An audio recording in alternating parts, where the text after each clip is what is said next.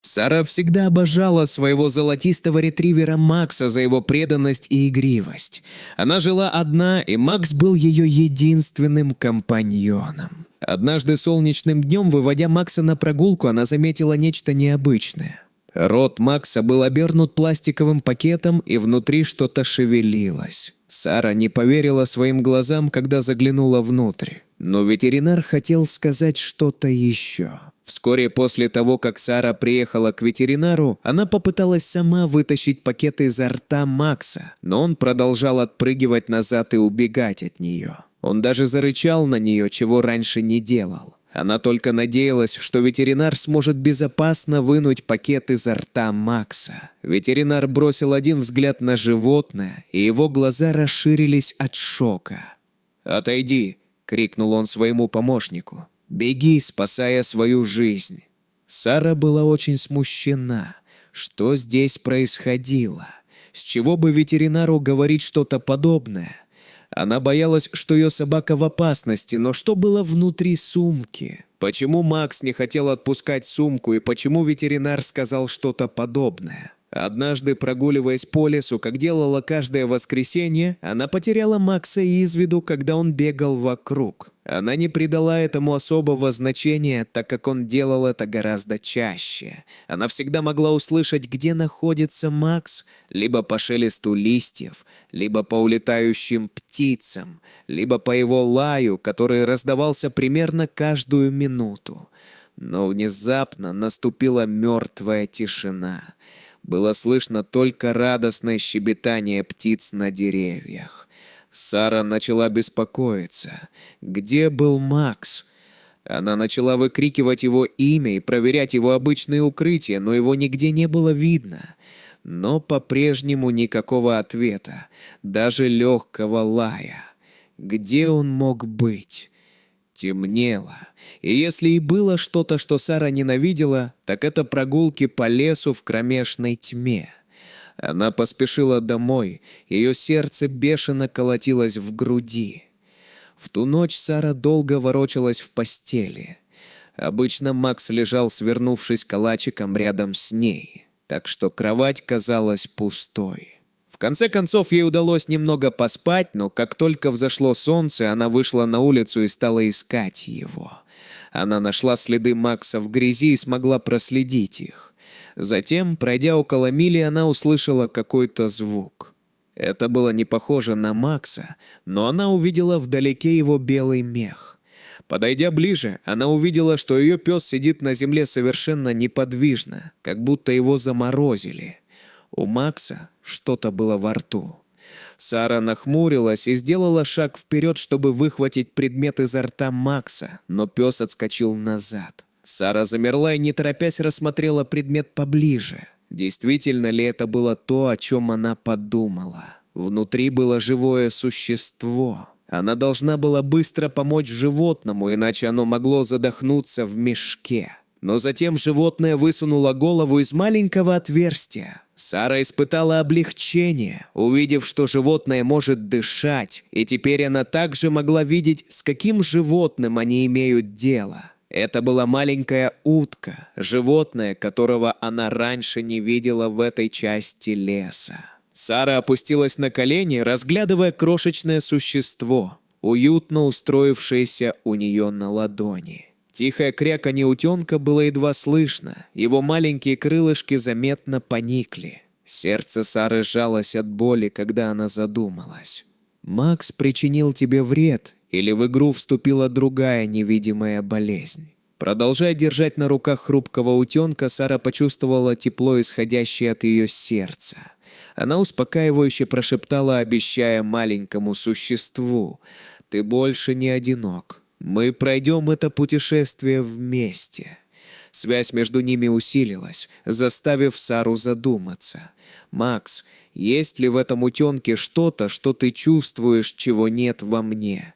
В нескольких шагах от себя Сара заметила отчетливую тропинку, ведущую сквозь густой подлесок. Всплыли воспоминания о близлежащем озере, и идея укоренилась. Возможно, этот путь дал бы ответы на вопросы о происхождении утенка.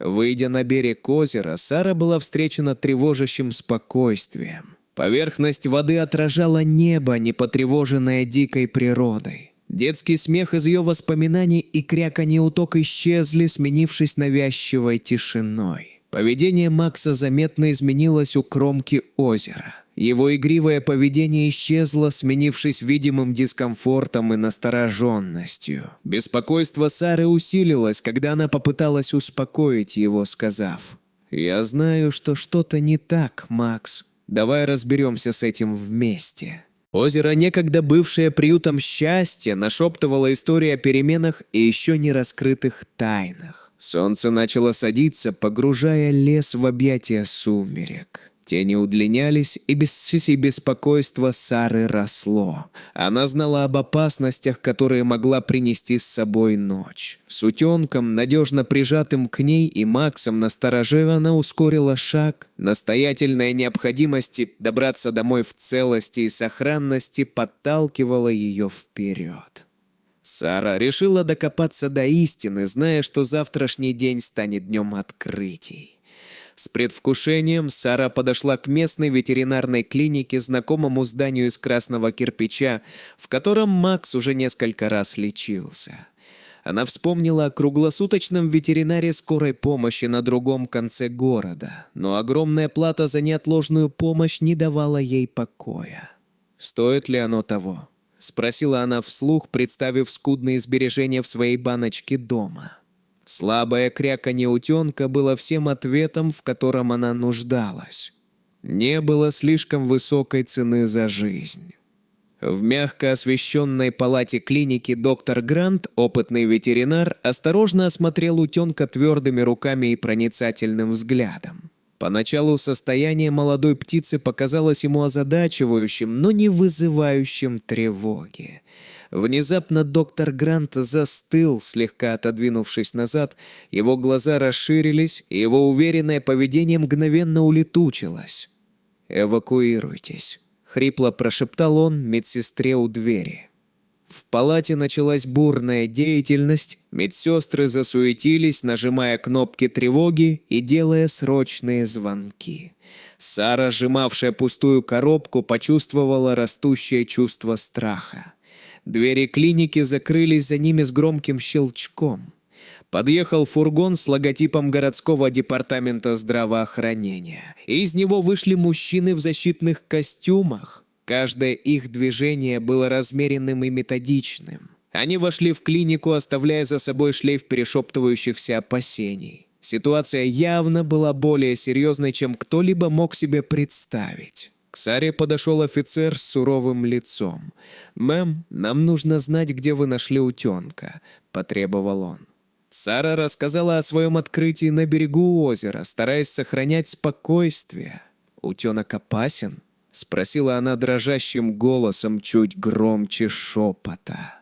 По мере того, как полицейские делали заметки и совещались между собой, Сара чувствовала себя все более изолированной. К вечеру весть об этом распространилась по всему городу. Инцидент в ветеринарной клинике, таинственный утенок и причастность Сары были самыми обсуждаемыми темами. Ранее гостеприимная ветеринарная клиника теперь была украшена правительственными транспарантами, офицеры быстро передвигались, опечатывая двери и выпроваживая немногих оставшихся посетителей. Сара почувствовала укол тревоги, осознав серьезность ситуации.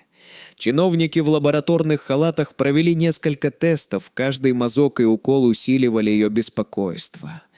«Что они ищут?» – размышляла она, ее беспокойство росло с каждой секундой. Вернувшись домой, Макс был явно выбит из колеи. Его уши навострялись при каждой сирене, и его беспокойное хождение казалось бесконечным. Передний двор Сары вскоре стал напоминать общественное собрание. Тихие улицы теперь были заполнены съемочными группами новостей. Операторы толкались в поисках наилучших ракурсов, в то время как репортеры нетерпеливо разыскивали очевидцев.